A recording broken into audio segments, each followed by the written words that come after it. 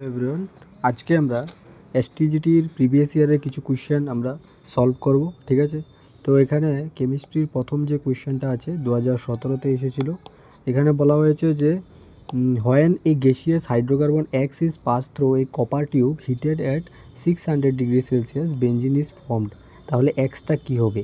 তোমরা হয়তো বা এই রিয়েকশানটা hydrocarbon chapter class eleven hydrocarbon চ্যাপ্টারে পড়েছো হয়তো বা।